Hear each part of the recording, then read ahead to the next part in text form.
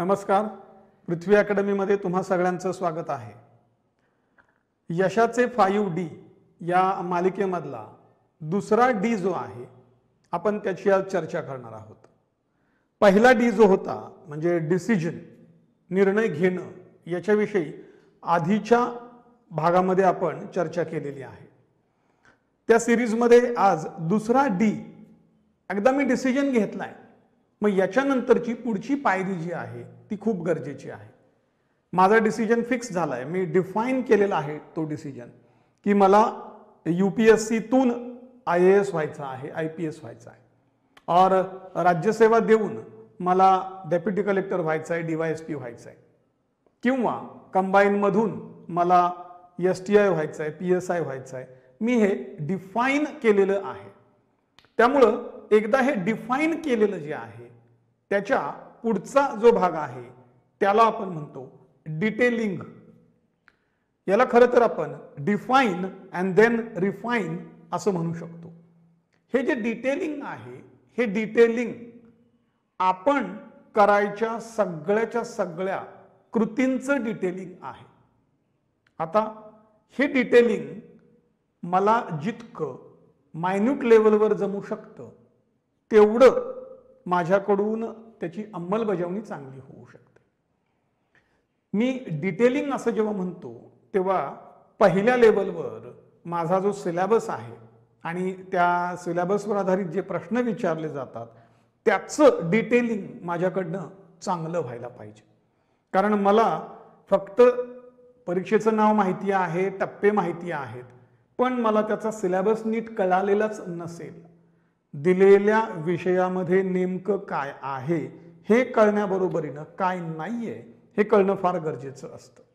त्यासाठी हे डिटेलिंग अत्यंत गरजेचं आहे. आता मी जेव्हा डिटेलिंग असं म्हणतोय तेव्हा सिलेबस एकदा कळाला की त्याचं प्रायोरिटायझेशन, सिक्वेन्सिंग माझ्याकडनं व्हायला पाहिजे.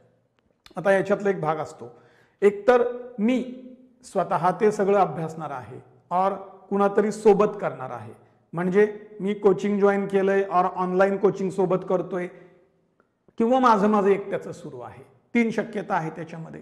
आणि मग या विशिष्ट सिलेबस मधला एखादा विषय मी घेतला, समजा मी इकॉनॉमी हा विषय घेतला, एक विषय घेऊन त्याचं डिटेलिंग असा जर मी विचार केला तर त्यात मुख्य अधिक पूर्व असा मिळून जो माझा इकॉनॉमी आहे त्याचं मला आता डिटेलिंग मांडता आलं पाहिजे.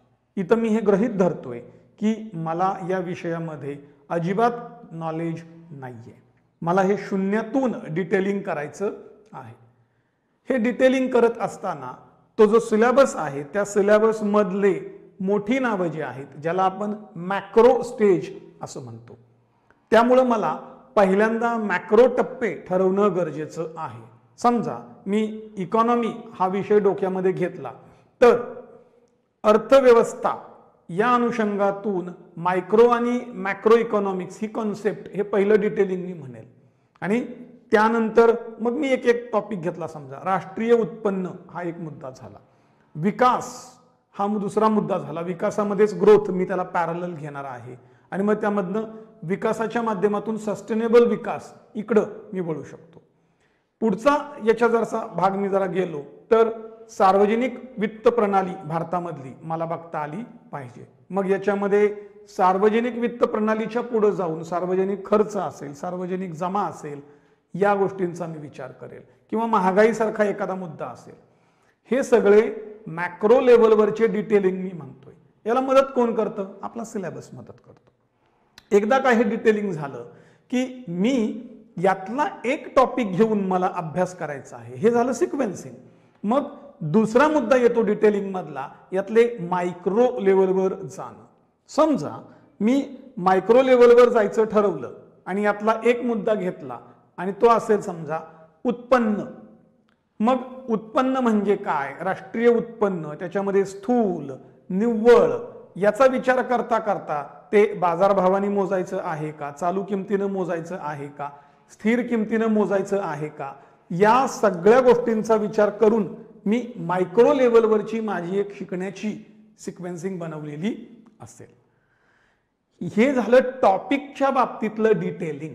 मित्रांनो, दुसरं डिटेलिंग काय आहे तर मी फक्त इकॉनॉमी करत राहिलो तर मला कंटाळा येऊ शकतो. तर पॅरलल मी याच्याबरोबर भूगोल करू शकतो, इतिहास करू शकतो.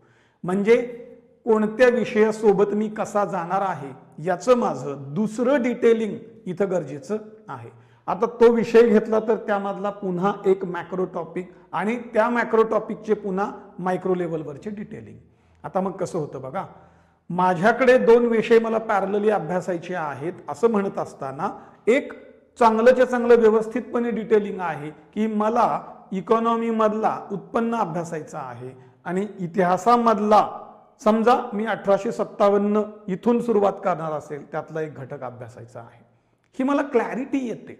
जर मी हे केलेलं नसेल ना, डिटेलिंग केलेलं नसेल तर पुस्तक उचलतो, इतिहास वाचत सुटतो, पुस्तक उचलतो, इकॉनॉमी वाचत सुटतो, पण याचं आउटपुट काय येणार हे मी ठरवलेलंच नाहीये. डिटेलिंगचा तिसरा मुद्दा म्हणूनच मित्रांनो येतो की मी ज्या टॉपिकचा अभ्यास करतोय त्याचं माझं स्वतःचं मूल्यमापन करण्याची माझी एक पद्धती असायला पाहिजे.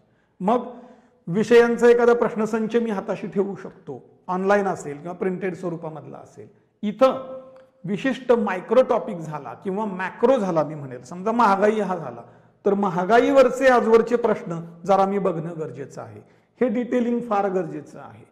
हे डिटेलिंग जर का मी केलं असेल तर होतं कसं, एक महागाईचा टॉपिक, दुसरे मायक्रो लेवलवर त्यांचा अभ्यास, मला काय कळालं याच्यासाठी मी नोट्स काढलेल्या आहेत आणि महागाईवरचे प्रश्न मी सॉल्व्ह केल्यानंतर मी कुठे चुकतोय, प्रश्न कसे येत आहेत, माझी तयारी बरोबर आहे का, चूक आहे का, हे मला समजायला लागतं.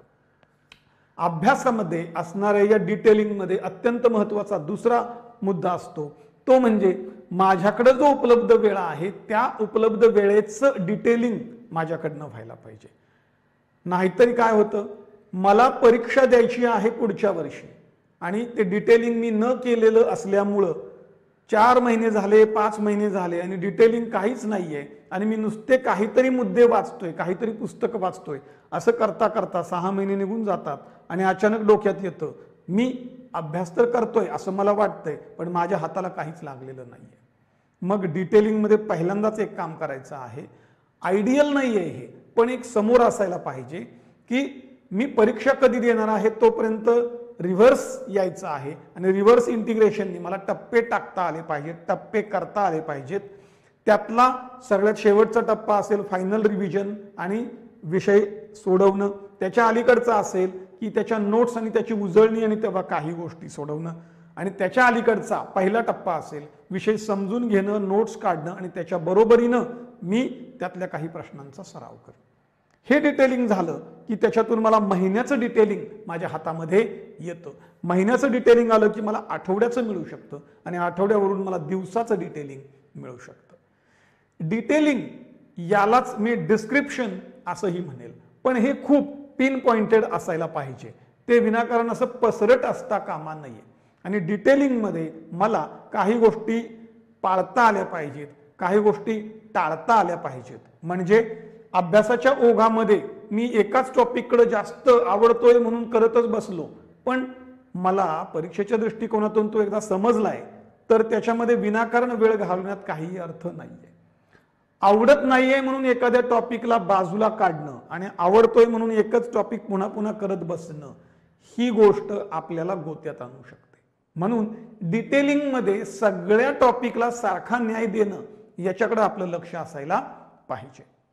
दुसरं डिटेलिंग आपल्याकडनं एक व्हायला पाहिजे ते म्हणजे आपण ज्या पद्धतीनं आपल्या दिवसाचं आणि आठवड्यांचं नियोजन करतोय त्यामध्ये आपल्या स्वतःची दिनचर्या, या दिनचर्येमध्ये मी उठतो किती वाजता, व्यायाम करतो किती वाजता, माझं जेवण किती वाजता, विश्रांतीचा कालावधी कोणता, प्राईम टाइम कोणता, सेकंडरी टाइम कोणता, मी किती वाजता झोपणार आहे, उजळणी किती वाजता करणार आहे, प्रश्न कधी सोडवणार आहे, याचं माझं एक डिटेलिंग असायला पाहिजे.